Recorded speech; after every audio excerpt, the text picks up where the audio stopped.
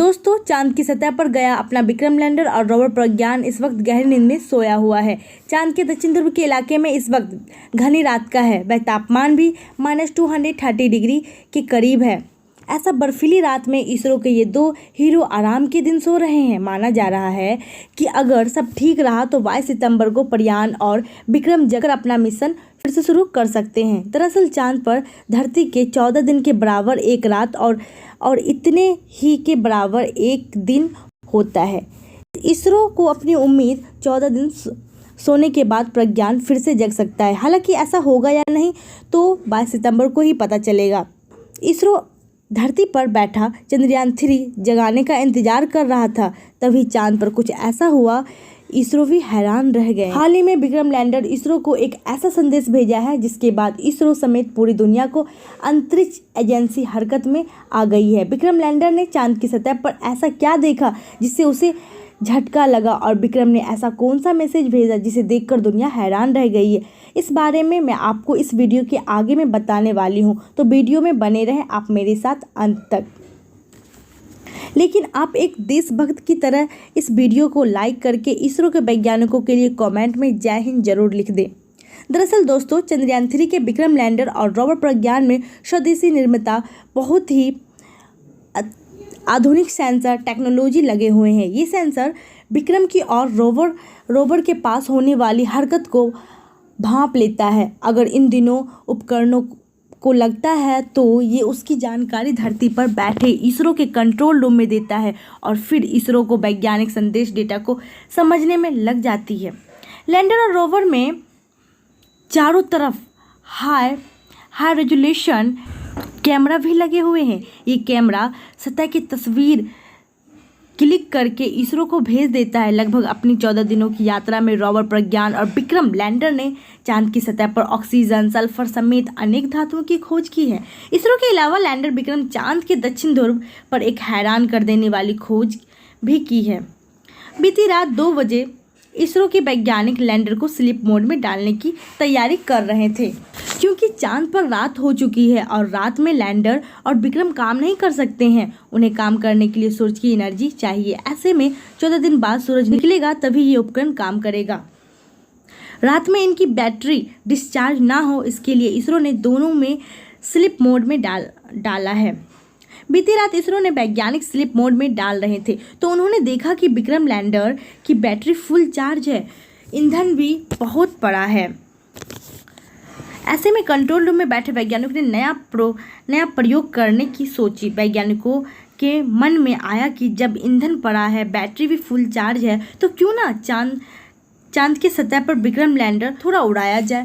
वैज्ञानिकों ने तुरंत विक्रम लैंडर को नीचे दोनों रॉकेट को चालू कर दिए और विक्रम चांद की सतह पर ऊपर उठ गए। 40 सेंटीमीटर ऊपर उठने के बाद 40 सेंटीमीटर दूरी की उसकी फिर एक लैंडिंग करवा दी, जिस दक्षिण ध्रुव पर लैंडिंग करवाने के नाम से नासा जैसी दक्षिण एजेंसी सांस फूल जाती है। वहां पर इसरो के वैज्ञानिकों ने विक्रम लैंडर की 2 बार सफल लैंडिंग करवा कर सबको चौंका दिया है। दोबारा लैंड करने के बाद लैंडर को स्लीप मोड में डालने के लिए इसरो के वैज्ञानिक उसके उपकरण बंद करने में लग गए हैं। अचानक ही विक्रम लैंडर सेंसर को महसूस हुआ कि उनके आसपास कुछ हलचल है। सेंसर ने दक्षिण ध्रुव की सतह पर प्राकृतिक घटना को रिकॉर्ड किया है और विक्रम लैंडर को भी एक झटका सा महसूस किया गया।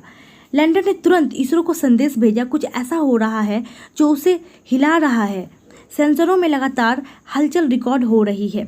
संदेश मिलते ही इसरो के वैज्ञानिक तुरंत जांच में जुट गए। उन्होंने विक्रम लैंडर पर लगे हुए आई लेंस जांच करने में लगा दिए कि वहाँ क्या हो रहा है। कहीं कोई एलियन या कोई ऐसा रहस्य तो नहीं है जो विक्रम लैंडर के पास पहुंचकर उसे छेड़खानी कर रहा है। उपकरण ने प्रज्ञान, रोवर और अन्य उपकरणों की हलचल के बारे में भी पता लगाया कि चांद की सतह पर कंपन, भूकंप दूसरी कृत्रिम घटना के कारण हो सकता है। चांद पर आने वाले भूकंप को अर्थक्वेक नहीं बल्कि मनोविक कहा जाता है। लेकिन दोस्तों, चांद पर भूकंप पृथ्वी की सतह पर नहीं आते हैं। धरती पर सिर्फ कुछ मिनट तक भूकंप आते हैं, जबकि चांद पर आधे घंटे तक भूकंप की झटके आते रहते हैं। इतनी देर तक भूकंप को देखकर वैज्ञानिक भी हैरान रह गए। चांद पर भूकंप क्यों आता है, इस रहस्य का अब तक ठीक से पता नहीं लगा, लेकिन वैज्ञानिकों का मानना है कि धरती पर गुरुत्वाकर्षण प्रभाव के अलावा अलोकोप्रिंट गिराने से भी भूकंप के झटके आते हैं। इसरो फिलहाल जांच पड़ताल कर रहा है चांद की सतह पर यह अजीब हलचल क्यों हुआ है। विक्रम लैंडर ने जिस कंपन को रिकॉर्ड किया था वह कंपन था क्या, फिर कोई एलियन से? तो आपको क्या लगता है कि ये सब एलियन की वजह से हुआ था? कमेंट सेक्शन में अपनी राय दें। उपकरणों में प्रज्ञान रोवर धरती पर चांद को हमेशा से शीतल का प्रतीक बताया जाता है। चंद्रयान 3 ने पता लगाया कि चांद की सभी की उम्मीद से कई ज़्यादा गर्म है। दरअसल सूरज की किरण से चमकने वाले चांद की सतह पर तापमान 50 डिग्री सेल्सियस है, वहीं बर्फीली सतह का महज 8 से नीचे तापमान -10 सेल्सियस गिरा हुआ था। फिलहाल चंद्रयान 3 का लैंडर विक्रम और रोवर प्रज्ञान गहरी नींद में चले गए हैं। विक्रम का रिसीवर अभी भी ऑन है। उम्मीद है कि अभी 22 सितंबर को ही फिर सक्रिय हो जाएंगे।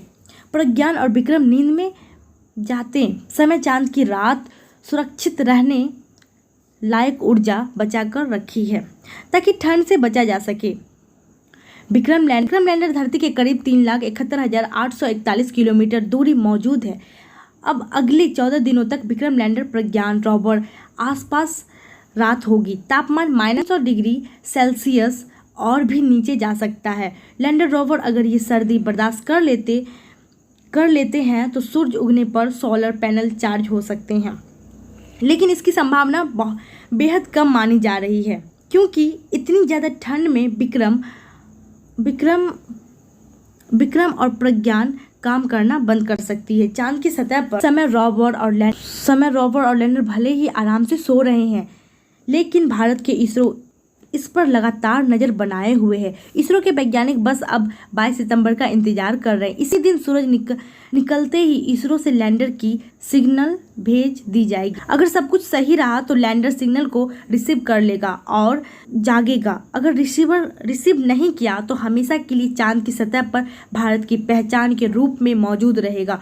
दोस्तों, चांद 14 दिन आराम करने के बाद देखते हैं 22 सितंबर को क्या होता है।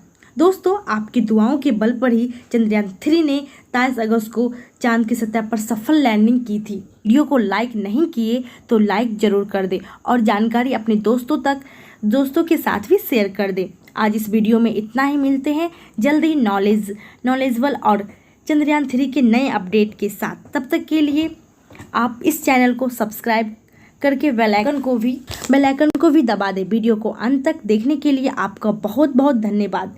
जय हिंद, जय इसरो।